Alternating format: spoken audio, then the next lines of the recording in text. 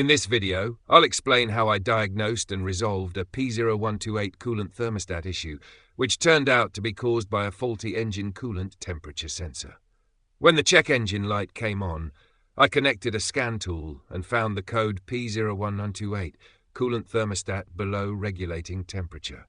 To ensure I identified the root cause, I started with a visual inspection of the engine coolant temperature sensor and found no visible damage or issues. Next, with the key on and engine off, I used a multimeter to check for voltage and ground at the sensor.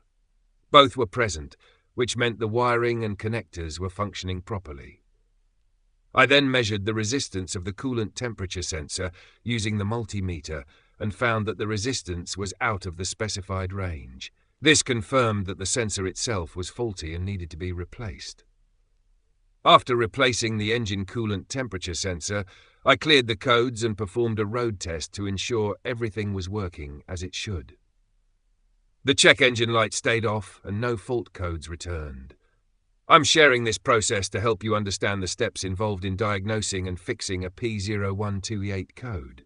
It's a straightforward repair, but proper testing is key to ensuring the issue is correctly resolved.